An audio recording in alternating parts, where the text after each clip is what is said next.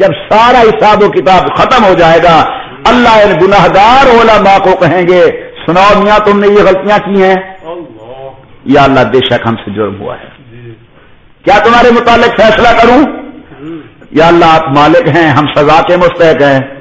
اللہ کے سچے پیغمبر کے لفظ ہیں، امام الانبیاء فرماتے ہیں کہ اللہ فرمائیں گے میں نے تمہارے اندر علم اس لیے نہیں رکھا تھا کہ تمہیں جہنم کی آگ میں جلاؤں، جاؤ تم نے تو حیا نہیں کی، مجھے تمہارے علم کی حیا آتی ہے، میں نے تمہارے گناہ معاف کر دیے اور میں نے تمہیں جنت عطا کر دی۔ کہ اتنی بڑی فضیلت ہے علم کی۔ اپنی اولاد کو نبی کے علم کا وارث بناؤ، جس کے گھر 2 بیٹے ہیں ایک بیٹا ہمیں دو تاکہ اسے صحیح قرآن پڑھائیں، ان کو قرآن کی تفسیر سمجھائیں، ان کو اللہ کے نبی کی حدیث سمجھائیں، ان کو فقہ شریف پڑھائیں، تاکہ آپ کا حصہ ہمارا حصہ بھی نبی کریم صلی اللہ علیہ وسلم اور انبیاء کی وراثت میں ملتا جائے۔ اللہ تبارک و تعالیٰ سے دعا فرمائیں اللہ تعالیٰ تمام مدارس عربیہ کی حفاظت فرمائیں، اللہ تعالیٰ سارے دنیا کے اندر دین پڑھنے والے طلباء کی حفاظت فرمائیں، اللہ تعالیٰ عالم اسلام کی حفاظت فرمائیں، اللہ تعالیٰ ہمارے وطن پاکستان کی حفاظت فرمائیں۔ میں کہا کرتا ہوں اور آج بھی کہتا ہوں ہر آدمی کے ذمہ واجب ہے کہ فرض نماز کے بعد اپنے ملک کے لیے ضرور دعا مانگے۔ بھائی یہ زمین ہماری ماں ہے، سمجھ آئی بات؟ جس طرح اپنی جسمانی ماں کا احترام کرنا ہمارے اوپر ضروری ہے، ہماری یہ ماں ہے مٹی، اس کی عزت و احترام بھی ہمارے ذمہ فرض ہے۔ اللہ تعالیٰ ہمارے پاکستان کی حفاظت فرمائے، اللہ تعالیٰ پاکستان کے ایٹمی تنصیبات کی حفاظت فرمائے، اللہ تعالیٰ ہمارے ملک کو امن و سلامتی کا گہوارہ بنائے، اللہ ہمارے ملک کو دہشت گردی تخریب کاری بموں کے دھماکوں سے بچائیں، اللہ حکام و عوام کو صحیح فیصلے کی توفیق نصیب فرمائے۔ الحمدللہ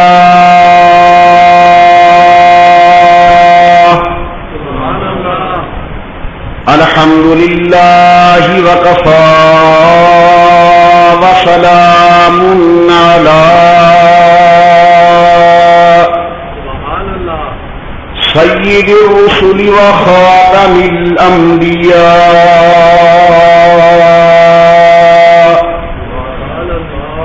صلی اللہ تعالی علیہ وعلی آلہ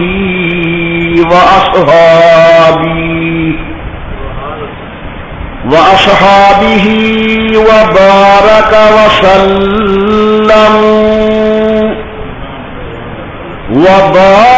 وسلم تسليما كثيرا كثيرا صلاة تكون للنجاة وسيلة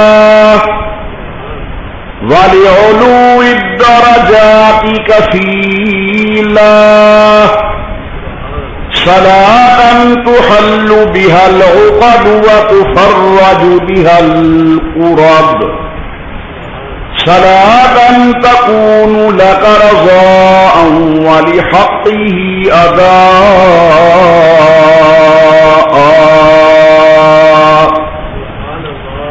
فقد قال الله تبارك وتعالى في القرآن المجيد والفرقان الحميد أعوذ بالله من الشيطان الرجيم بسم الله الرحمن الرحيم وَإِذْ أَخْرَجَهُ الَّذِينَ كَفَرُوا ثَانِيَ اثْنَيْنِ إِذْ هُمَا فِي الْغَارِ إِذْ يَقُولُ لِصَاحِبِهِ لَا تَحْزَنْ إِنَّ اللَّهَ مَعَنَا قَالَ النَّبِيُّ صَلَّى اللَّهُ عَلَيْهِ وَسَلَّمَ لِأَبِي بَكْرٍ رضی اللہ تعالی عنہ یا ابا بکر انت صاحبی فی الغار وصاحبی علی الحوض او کما قال النبی صلی اللہ علیہ وسلم صدق اللہ العلی العظیم وصدق رسوله النبی الکریم ونحن على ذلك لمن الشاہدین والشاکرین والحمد للہ رب العالمین ان ملت یاری الصبا یوما الى ارض الحرم ان ملت یاری الصبا یوما الى ارض الحرم بلغ سلامی روضة فیہا النبی المحترم ما مدحت محمدا بمقالتی لیکن مدحت مقالتی بمحمدی. اور زباں پر مؤمنوں کے جب بھی ذکر تاجدار آئے تو لازم ہے کہ اس کے بعد ذکر چار یار آئے. ابو بکر و عمر عثمان و حیدر باغ با جب ہوں تو پھر کیوں کر نہ باغ مصطفیٰ میں ایک بہار آئے. اور اے دل بگیر دامن سلطان اولیاء، اے دل بگیر دامن سلطان اولیاء یعنی حسین ابن علی آل مرتضی. اللہم صلی علی محمد وعلی آل محمد واصحاب محمد وازواج محمد وبارک وسلم. تمام حضرات دروشی پڑھ لیں حضور صلی اللہ علیہ وسلم کی ذات بابرکات.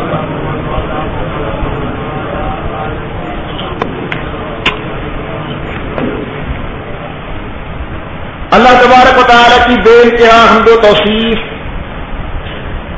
سرور کائنات مفخر موجودات رحمت للعالمین مراد للمشتاقین امام الانبیاء والمرسلین حبیب کبریاء احمد مجتبی حضرت محمد رسول اللہ صلی اللہ تعالی علیہ وعلی آلہ وصحبہ وسلم کی ذات بابرکات پہ تحفہ درود و سلام پڑھ لیجیے تمام حضرات محبت و ذوق کے ساتھ بآواز بلند اللہم صلی علی سیدنا و مولانا محمد وعلی آل سیدنا و مولانا محمد وبارک وسلم پڑھنے اور بھیجنے کے بعد محترم بزرگوں، مکرم نوجوان ساتھیوں، قابل صد تعظیم و سب اکرام میری محترمہ موقرہ اور مؤدبہ اسلامی مائی اور بہنوں، جمادی الثانی کی مناسبت سے گزشتہ کئی جمعۃ المبارک کے اجتماعات کے اندر میں خلیفۃ النبی بلا فصل حضرت سیدنا صدیق اکبر رضی اللہ تعالی عنہ کی عظمت، آپ کے فضائل و مناقب اور سلسلہ نسب کے اعتبار سے آپ کا قریشی ہونا، حضور اکرم صلی اللہ علیہ وسلم کے ساتھ ان کی قرابت، اس پر تفصیلی گفتگو بیان کر چکا ہوں. آج انشاءاللہ العزیز ابو بکر صدیق کی جو عظمت و شان میں نے بیان کرنی ہے وہ اتنی مشہور ہوئی دنیا کے اندر، وہ ابو بکر صدیق کی صفت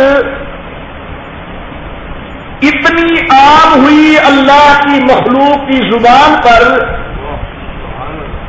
کہ لوگ اسے کہاوت کے طور پر کہنے لگے کہ فلاں یار غار ہے فلاں کا.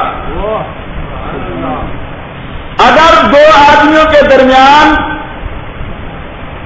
بہت زیادہ پرخلوص تعلق ہو تو کہا جاتا ہے جناب یہ تو اس کا یار غار ہے. اصل میں یہ یار غار ابو بکر صدیق رضی اللہ تعالی عنہ کی صفت ہے. جب اللہ کے پیغمبر مدنی کریم صلی اللہ علیہ وسلم مکہ مکرمہ چھوڑ کر محض اللہ کی رضا کے لیے حضور اکرم نے مدینہ طیبہ کی طرف ہجرت کی اور 3 راتیں جناب صدیق کی معیت کے اندر میرے محبوب نے غار ثور کے اندر گزاری.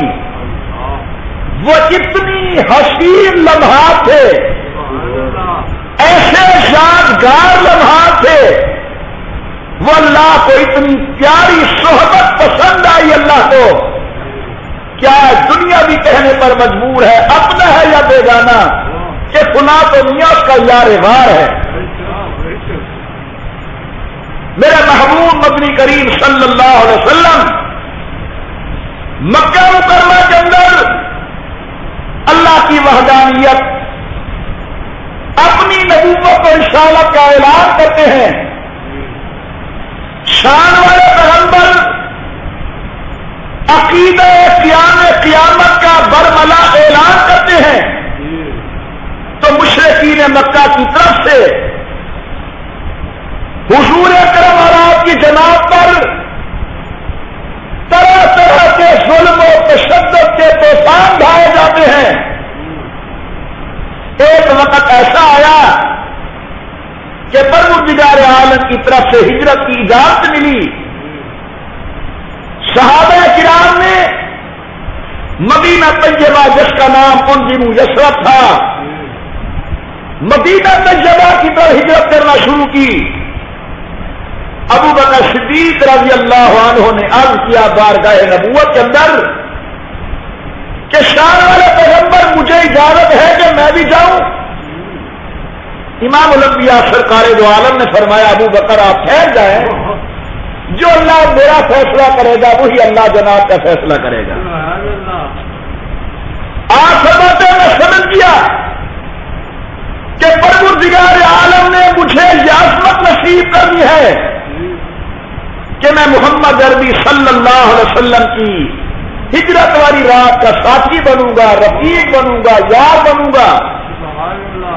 یہاں تک کہ ایک وقت آیا بات ظہیرہ دوپہر کے ٹائم حضرت مدنی کریم صلی اللہ علیہ وسلم میرے دروازے پہ تشریف لے آئے، دستک دی منال الباب، کون ہے دروازے پہ آنے والا؟ جواب ملتا ہے انا محمد رسول اللہ۔ ابو بکر میں محمد عربی تیرے دروازے پر ہوں۔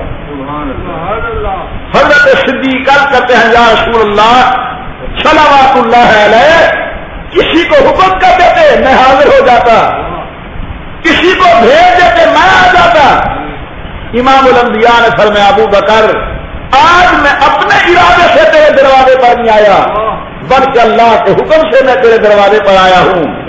کہنا یہ چاہتا ہوں کہ کیا آپ میرے ساتھ مکہ مکرمہ سے مدینہ عالیہ کی طرف ہجرت کرنے کے لیے تیار ہیں؟ حضرت صدیق عرض کرتے ہیں یا رسول اللہ یہ آپ کا ارادہ ہے یا کسی اور کا حکم ہے؟ تفسیر امام حسن عسکری کے اندر ہے کہ حضور اکرم نے فرمایا میرے پاس ابھی جبرائیل آئے تھے، انہوں نے مجھے کہا کہ ان اللہ امرک ان تستشهد ابا بکر، اللہ نے مجھے حکم دیا ہے محبوب جاؤ ابو بکر کو ساتھی بناؤ اور ہجرت والی رات ابو بکر صدیق تمہارے ساتھ جانا چاہیے۔ آمنہ کے لال نے فرمایا یہ اللہ کا حکم ہے۔ ابو بکر صدیق کہتے میں تو پہلے ہی انتظار میں تھا، میں سمجھ چکا تھا کہ اللہ رب العزت نے مجھے آپ کا ساتھی بنانا ہے۔ خیر یہ عظمت والی شخصیتیں گھر سے روانہ ہوئی اور غار ہرا کے اندر، غار ثور کے اندر 3 راتیں ان عظمت والی شخصیات نے قیام کیا۔ امیر عمر کہا کرتے تھے کہ اگر ابو بکر صدیق ساری زندگی کی میری نیکیاں لے لیں اور مجھے شب ہجرت کی عظمت دے دیں تو مجھے گھاٹا نہیں ہے، مجھے نفع ہے۔ میری پوری زندگی کی نیکیاں ابو بکر صدیق کی ہجرت والی رات کی عظمت کا مقابلہ نہیں کر سکتی۔ روایات میں آتا ہے کہ ایک مرتبہ حضرت سیدہ عائشہ صدیقہ رضی اللہ عنہا امام الانبیاء کی خدمت کے اندر بیٹھی ہوئی ہیں، آسمان کو دیکھا ستارے جگمگا رہے ہیں آسمان پر۔ مئی صاحبہ گزارش کرتی ہیں آقا کسی کی اتنی نیکیاں بھی ہوں گی جناب کی امت کے اندر جتنی آسمان کے ستارے ہیں؟ حضور نے فرمایا ہاں تیرے چچا عمر کی اتنی نیکیاں ہیں، امیر عمر کا یہ مقام ہے کہ آسمان کے ستاروں کے برابر ان کی نیکیاں ہیں۔ امی فرماتی ہے میں خاموش ہو گئی، امام الانبیاء سمجھ گئے، فرمایا عائشہ آپ کیا چاہتی تھی؟ یا رسول اللہ میرا خیال تو یہ تھا کہ اتنی نیکیاں میرے ابو کی ہوں گی، ابو بکر صدیق کی ہوں گی۔ حضور مسکرا پڑے، فرمایا عائشہ تجھے تیرے باپ کی عظمت کا کیا علم؟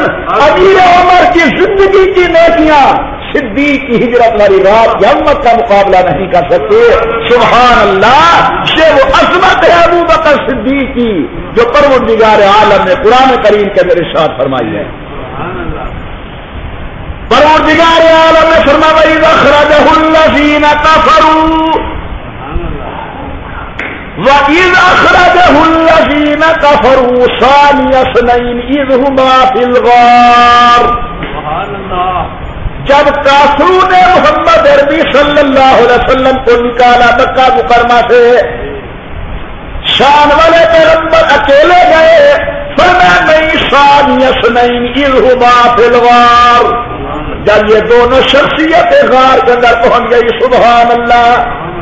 تفصیلی واقعہ یہ ہے کہ آپ ناقلا روانہ ہوئے، سرداران قریش رحمت کائنات کو نعوذ باللہ قتل اور شہید کرنے کی نیت سے میرے محمد عربی صلی اللہ علیہ وسلم کے گھر کا محاصرہ کرتے ہیں۔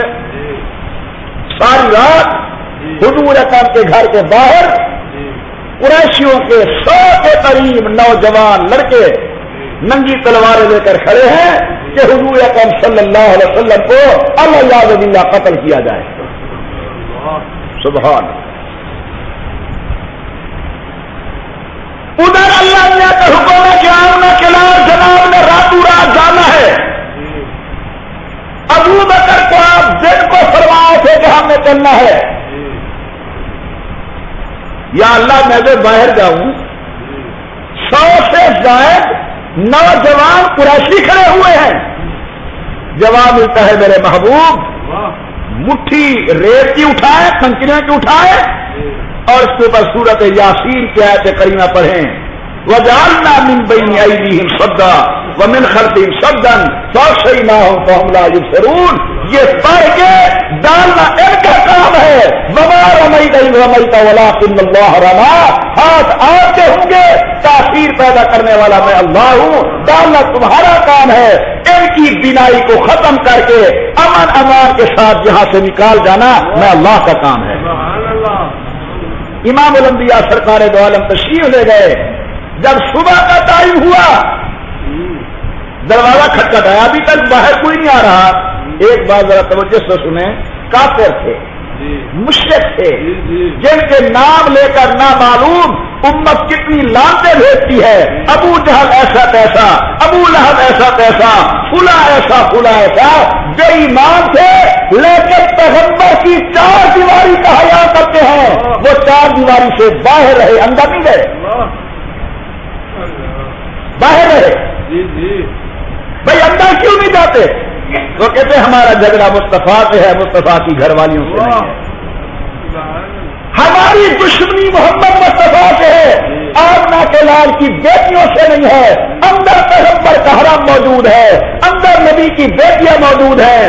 میرے دوستوں، جو آج آمنہ کے لال کا کلمہ پڑھنے کے باوجود نعوذ باللہ خاندان نبوت کو سب و شتم کا نشانہ بناتا ہے، اس سے تو وہ مکے کے مشرک اچھے ہیں کہ محمد کریم کے گھرانے کی عزت کرتے ہیں۔ وہ کہتے ہیں ہمارا جھگڑا مصطفیٰ کے ساتھ ہے، مصطفیٰ کی معصوم بچیوں اور نبی کی گھر والیوں کے ساتھ نہیں۔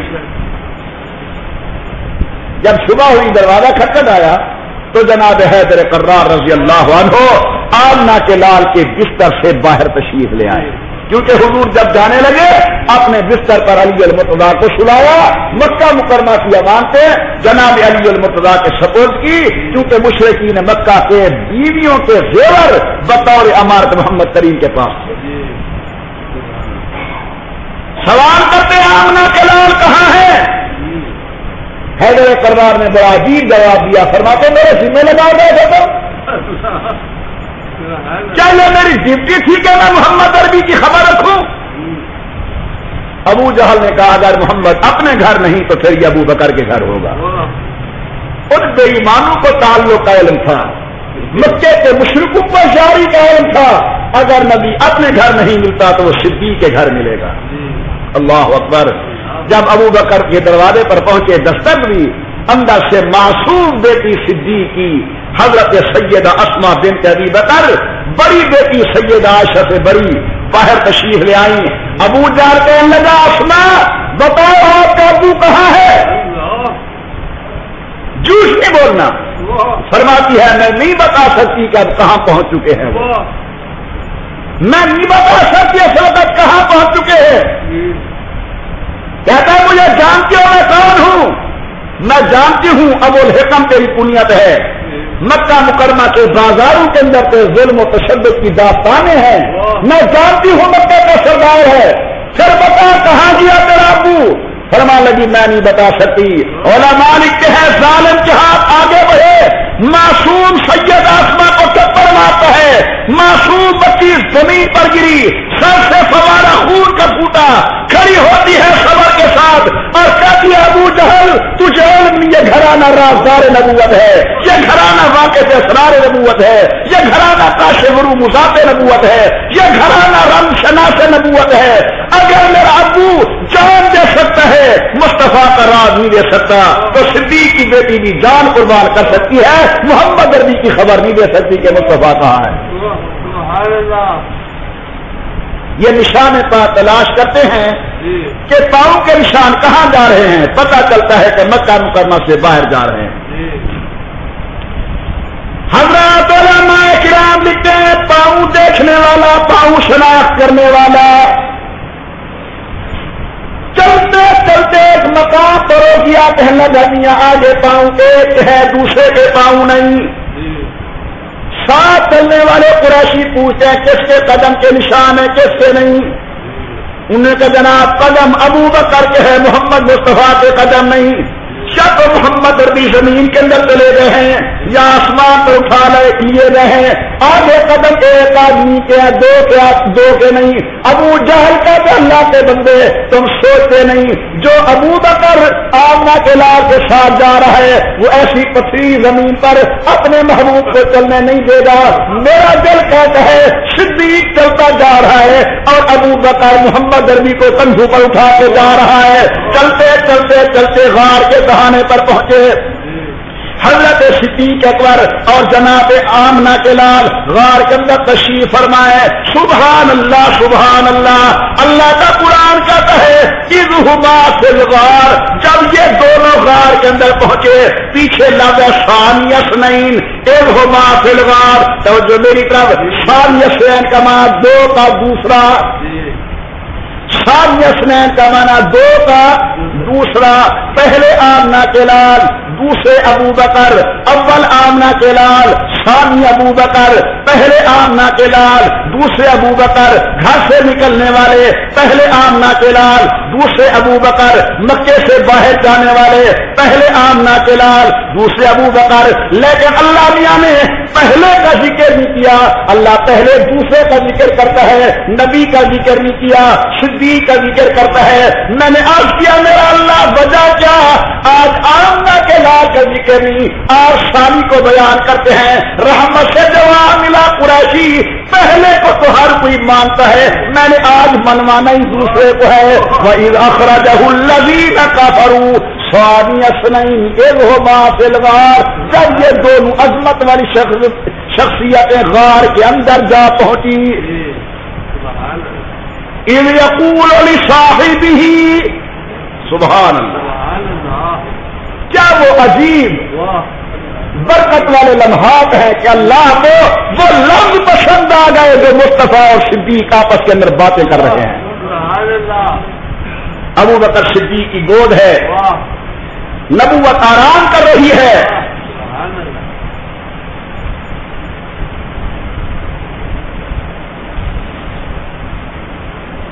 کافر اوپر پہنچے ہیں، امام الانبیاء محض استراحت ہیں، آرام کے اندر ہیں۔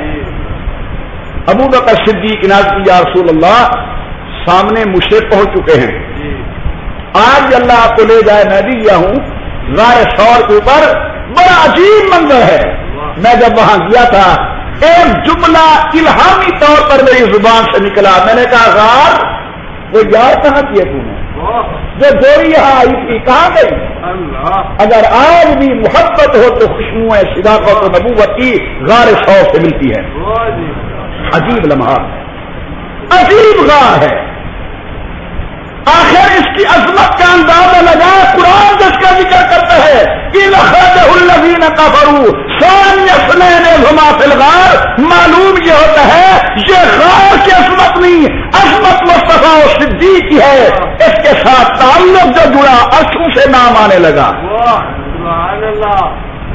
ورنہ غار تو پتھر کی ہے، غار تو پہاڑ کی ہے. کیا حیثیت ہے غار کی؟ لیکن چونکہ نسبت مصطفیٰ سے جڑ گئی، نسبت اس غار کی صدیق باصفا سے مل گئی، تو اب اس غار کے تذکرے کیے جا رہے ہیں جس غار کے اندر صدیق کے قدم آئے، جس غار کے اندر مصطفیٰ کے قدم آئے. بالکل کھلا دہانہ ہے.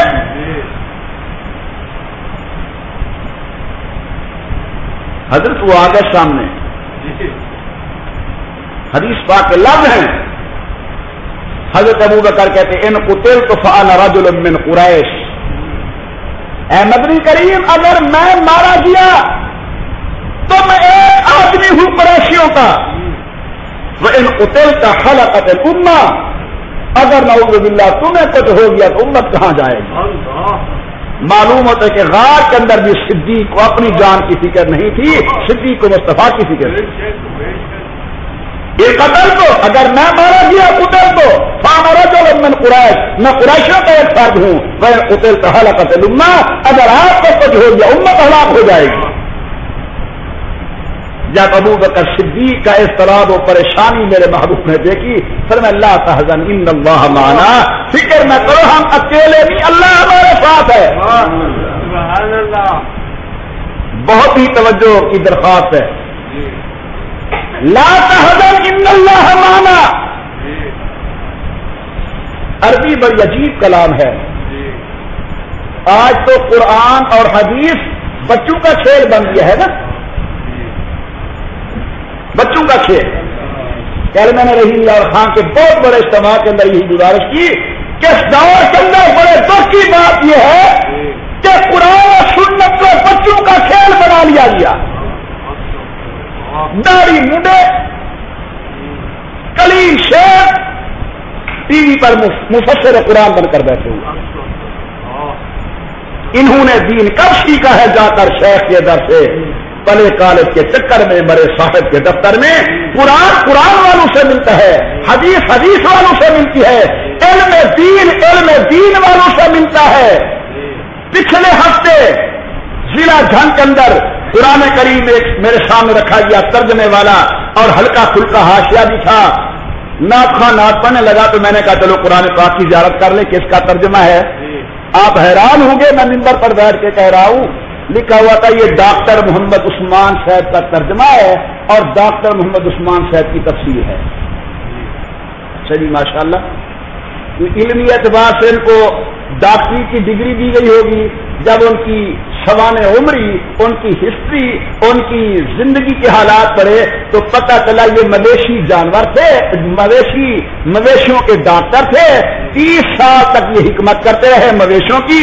پھر آخر عمر کے اندر انہیں 5 سال اپنی زندگی کے قرآن کے لیے وقف کر کے ماشاءاللہ قرآن کی تفسیر ہے.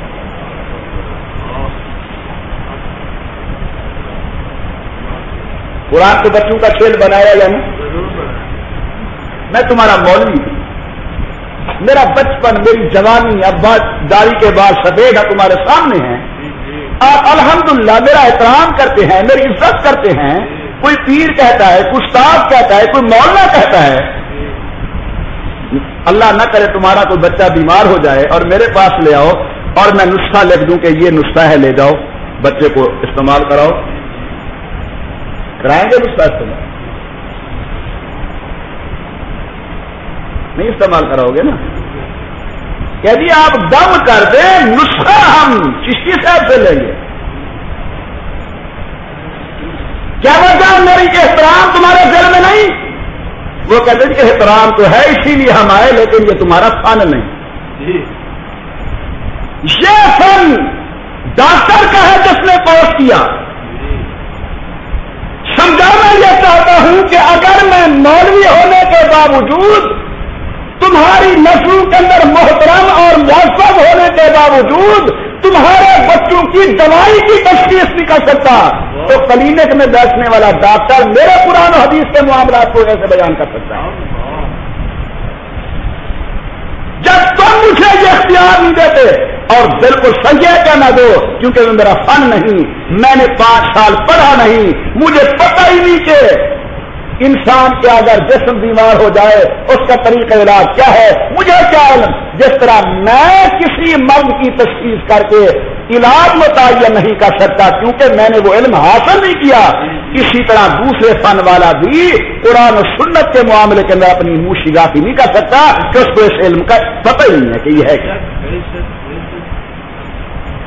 داڑھی مڈے مفسر، داڑھی مڈے محدث،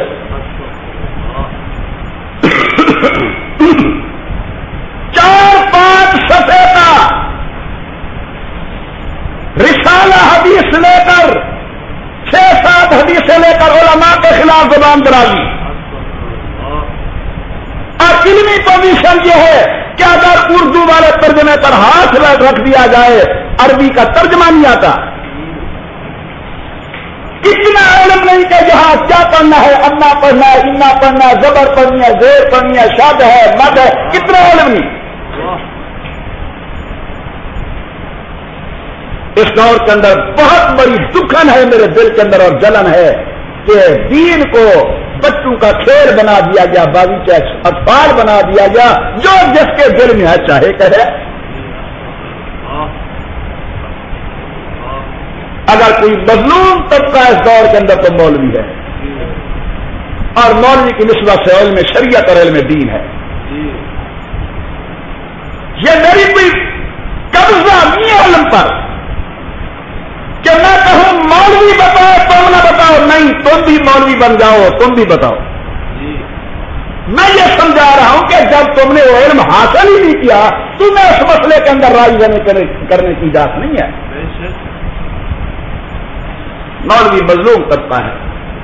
پچھلے ہفتے کے ایک اخبار میں پڑھ رہا تھا، ایک خاتون رائٹر ہے،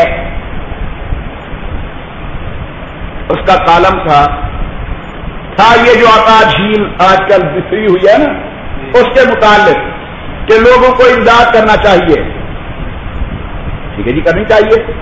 اس میں وہ لکھتی ہے کہ ہمارا ایک ملنے والا ہے جو سال میں 5 عمرے کرتا ہے، اس کو کوئی سمجھائے کہ وہ یہی عمرے کے پیسے غریبوں پر لگائے، بہت اچھی بات ہے. لیکن وہ مولویت کا جو دل کے اندر کھڑا ہے نا، ایک خبز بیچاری لکھتی آخر لکھتی ہے، وہاں میں نے پڑھا کہ یہ چھاج بھر داڑھی رکھنے والے مولوی یہ بھی نہیں سمجھاتے کہ عمرے کرنے سے زیادہ ثواب کسی مستحق کی خدمت کرنے کا ہے. مسلمانوں، یہ میری داڑھی نہیں ہے، میرے باپ کی نہیں ہے، تمہاری نہیں ہے، تمہارے باپ کی نہیں ہے، یہ محمد مصطفیٰ کی سنت ہے. یہ کوئی مولویت کا نشان نہیں، یہ مسلمان کا نشان ہے. جو مسلمان نہیں رکھتا ہے گناہگار ہے، جو مذاق اڑاتا ہے وہ کافر ہے. اگر یہ خدا نہ خواستہ بات اچھے نہ ہوتے، اللہ پوری کائنات سے حسین و جمیل محمد کے چہرے پر یہ بال نہ اگاتا. امام الانبیاء سرکار دو عالم صلی اللہ علیہ وسلم کی داڑھی مبارک تھی، حضور اکرم صلی اللہ علیہ وسلم کی داڑھی مبارک تھی. سید عائشہ فرماتے حضور اپنے بالوں مبارک کے اندر کنگھا کیا کرتے تھے. حضور اکرم صلی اللہ علیہ وسلم مشک لگایا کرتے تھے. حضور اپنے بال مبارک کو تیل لگایا کرتے تھے. یہ مصطفیٰ کی سنت ہے. اور اگر آپ سن رہے ہیں یہ اکیلے مصطفیٰ کی نہیں، آدم علیہ السلام سے لے کر میرے مصطفیٰ کی ذات تک 1,24,000 انبیاء میں سے ایک پیغمبر ایسا نہیں گزرا جو داڑھی کٹوانے والا ہو یا داڑھی مڈوانے والا ہو. کم از کم قبضہ 4 انگل داڑھی رکھنا یہ ضروری ہے. 4 انگل سے اوپر حضور اکرم نے تراشی ہے، حضور نے کاٹی ہے. اللہ کے نبی سے کاٹنا ثابت ہے، عبداللہ ابن عمر سے کاٹنا ثابت ہے، امیر عمر سے کاٹنا ثابت ہے، اصحاب رسول سے کاٹنا ثابت ہے. لیکن 4 انگل سے کم کسی پیغمبر اور کسی صحابی سے، کسی امام مجتہد سے ثابت نہیں ہے۔ بات کہاں چلی گئی؟ کہہ رہا تھا وَإِذْ أَخْرَجَهُ الَّذِينَ كَفَرُوا ثَانِيَ اثْنَيْنِ إِذْ هُمَا فِي الْغَارِ إِذْ يَقُولُ لِصَاحِبِهِ لَا تَحْزَنْ۔ میں نے کہا تھا عربی ایک عجیب کلام ہے، ڈرو نہیں بھی، ڈرو نہیں۔ یہ جو لفظ ڈر ہے نا اردو کا، عربی کے اندر اس کے اندر دو لفظ بولے جاتے ہیں، خوف اور حزن۔ خوف اور حزن، خوف کا معنی بھی ڈر، حزن کا معنی بھی ڈر، لیکن عربی ہے۔ علماء لکھتے ہیں جہاں خوف ہو اس کا معنی ہوتا ہے اپنا ڈر، خوف کا معنی اپنی ذات کا ڈر، اور حزن کا معنی کسی اور کا ڈر، حزن کا معنی کسی اور کا ڈر۔ جب موسیٰ علیہ السلام کی امی سے ان کا بیٹا جدا ہو رہا تھا، اللہ فرماتے لا تخافی ولا تحزنی، نہ اپنی جان کی فکر کر نہ اپنے بیٹے کا غم کر۔ وہاں دو لفظ آئے، لیکن یہاں قرآن کہتے ولا تحزن۔ حضور نے فرمایا ابو بکر حزن نہ کر، حزن دوسرے کا ڈر ہوتا ہے۔ قرآن نے بتا دیا کہ غار کے اندر صدیق کو اپنی فکر نہیں تھی، مصطفیٰ کی فکر تھی، اس لیے لا تحزن کہا ہے، لا تخف نہیں کہا۔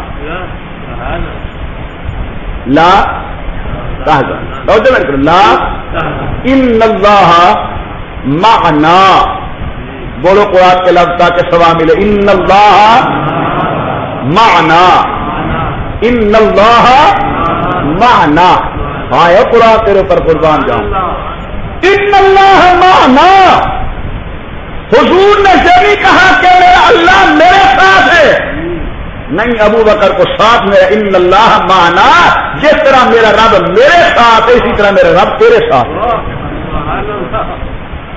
قرآن کہتا ہے جناب موسیٰ علیہ السلام اپنی قوم کو لے کر جا رہے ہیں دریائے نیل کی طرف، پیچھے سے فرعون اپنی فوج کو لے کر نکلا، قوم نے کہا انا لمدرکون، پیچھے فرعون آ گیا قتل کرے گا۔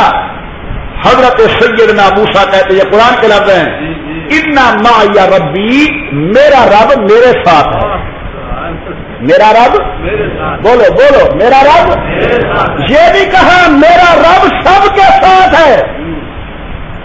موسیٰ علیہ السلام نے اپنی قوم کو ساتھ نہیں ملایا، فرمایا معی ربی، میرا رب میرے ساتھ ہے، لیکن قربان صدیق کی عصمت پر وہاں مصطفیٰ نے صدیق کو اپنے ساتھ ملایا۔ ان اللہ معنا، ہمارا اللہ ہم دونوں کے ساتھ ہے، ہمارا اللہ، ہمارا اللہ۔ اس کا اثر کیا نکلا؟ امیر عمر خنجر لگا، شہید ہوئے۔ حضرت عثمان خنجر لگا، شہید ہوئے۔ حضرت علی خنجر لگا، شہید ہوئے۔ تو میری طرف عمر پر خنجر لگتا ہے، عثمان پر خنجر اثر کرتا ہے، حضرت علی پر خنجر اثر کرتا ہے، لیکن خنجر نہ نبی کو لگتا ہے نہ صدیق کو لگتا ہے۔ وجہ یہ ہے کہ ان اللہ معنا، جن کے ساتھ رب ہو وہاں خنجر نہیں چل سکتا۔ 3 راتیں غار کے اندر، آپ بھی لیٹ آتے ہیں، میں تمہاری وجہ سے میں بھی لیٹ آتا ہوں۔ 3 راتیں غار کے اندر، مسلمانوں صرف وہاں نبی تھا یا صدیق تھا؟ کوئی نہیں تھا۔ غار میں صرف حضور تھے صلی اللہ علیہ وسلم یا ابو بکر تھے، تیسرا کوئی۔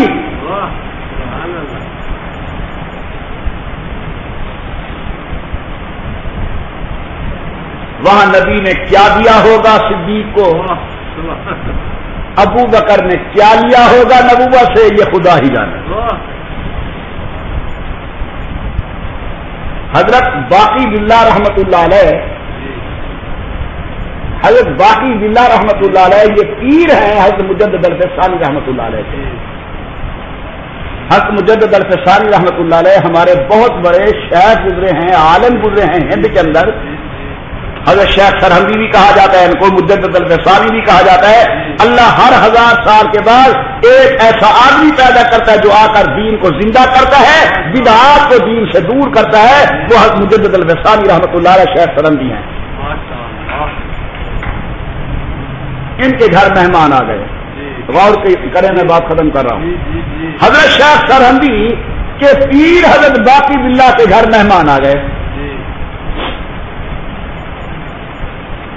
گھر سے پتہ ملا کہ کچھ بھی نہیں، اللہ کھانے پینے کا۔ اللہ اکبر، پیر کے گھر میں کچھ نہیں، ہوں تو پیر جن تھی آئے مرید کے گھر کچھ نہیں بچتا، ہوں تو پیر کے گھر کو تیرا مار آئے مرید کے گھر کچھ نہیں بچتا۔ سچے ولیوں کا حال یہ کہ پیر کے گھر میں کھانے پینے کا کچھ نہیں۔ ساتھ حضرت کے ایک موچی مرید کا گھر ہے، اسے پتا چلا کہ پیر صاحب کے گھر مہمان ہے، کھانے پینے کو کچھ نہیں، اس نے اپنے گھر سے کھانا تیار کر کے حضرت کے گھر دے، روٹی باہر آئی، مہمانوں نے کھا لی، عزت سے وقت پاس ہو گیا، حضرت گھر تشریف لے آئے، فرمانے لگے یہ کہاں سے کھانا آ گیا؟ انہوں نے کہا آپ کے موچی مرید کے گھر سے۔ اچھا، موچی مرید تو بلایا، فرما بیٹا آج جو مانگ میں اللہ سے تجھے لے کر دیتا ہوں، تیری وجہ سے خدا نے میری عزت رکھی مہمانوں کے سامنے۔ وہ سمجھتا تھا کہ آج بحر ولایت جوش میں ہے، آج جو کچھ مانگوں گا ملے گا۔ کہتے جی خود کہتا کچھ نہیں، اگر دینا چاہتے تو میں آپ جیسا ہو جاؤں، جیسے آپ ہیں میں ویسا بن جاؤں۔ اب نے فرمایا نہیں یہ نہیں کہو، کوئی اور بات کرو۔ وہ آ رہے ان کے کہنا آپ منگوے سے کہ گھیر دیں گے تو میں تو سالی کار تھی بنا۔ جب بار بار اس نے گزارش کی، حضرت اسے اپنے تسبیح خانے میں لے گئے، اکیلے بٹھا کر 3 گھنٹے توجہ دی اپنے مرید کی طرف، 3 گھنٹے توجہ دی اپنے مرید کی طرف۔ لکھا ہے جب باہر نکلے تو پہچاننے والے پہچان نہیں سکتے تھے کہ پیر کون ہے اور مرید کون۔ 4 پیر والی، 2.5 پیر والی، رفتار پیر والی، گفتار پیر والی، چلنا پیر والا، شکل نہیں بدلی، چلنا آداب بدل گئے، شکل نہیں، چال ڈھال پیر والی، انداز گفتگو پیر والا، وضع قطع پیر والی۔ صرف 3 گھنٹے توجہ دی، باقی باللہ نے مرید کی حالت بدل کر رکھ دی۔ کتنی گھنٹے بھائی توجہ؟ اونچا بولو، کتنی گھنٹے؟ مرید کی کیفیت بدل گئی، مرید کے حالات بدل گئے، مرید کا طرز بدل گیا۔